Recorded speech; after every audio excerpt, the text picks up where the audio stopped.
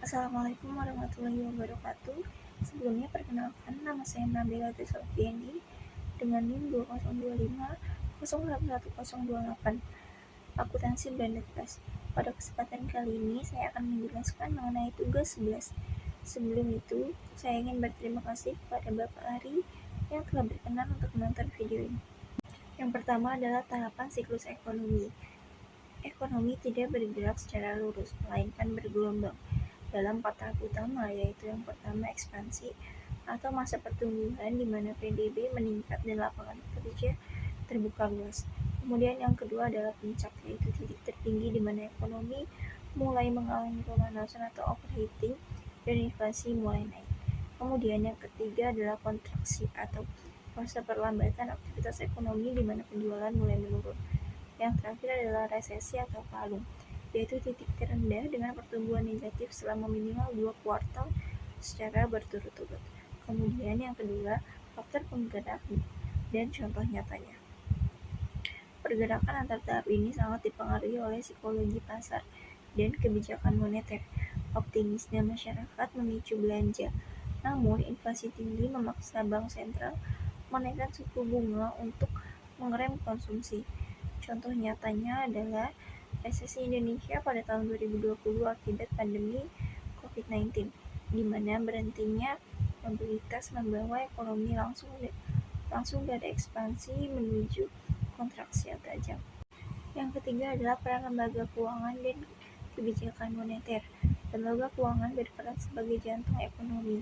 Bank Indonesia atau BI bertugas menjaga stabilitas nilai rupiah melalui kebijakan moneter, sementara bank komersial atau lembaga non-bank lainnya menyalurkan dana masyarakat ke kredit produktif.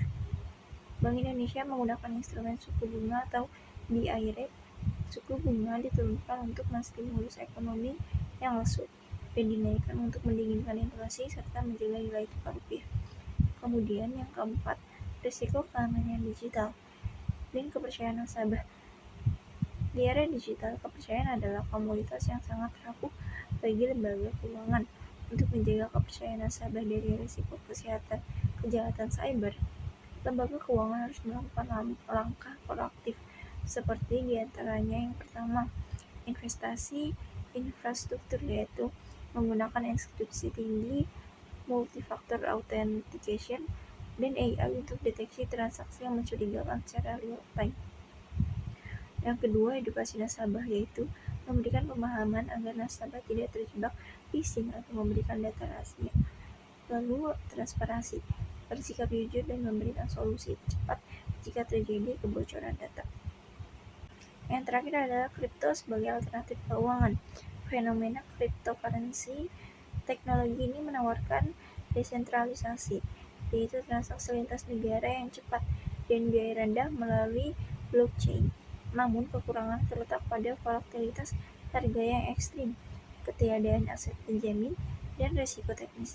Menurut saya, kripto lebih merupakan disrupsi yang mendorong bank konvensional menjadi lebih efisien.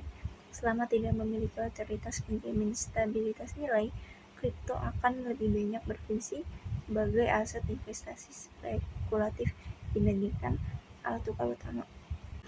Baik, sekian penjelasan mengenai tugas sesi 11 dari saya. Kurang lebihnya mohon maaf. Wassalamualaikum warahmatullahi wabarakatuh.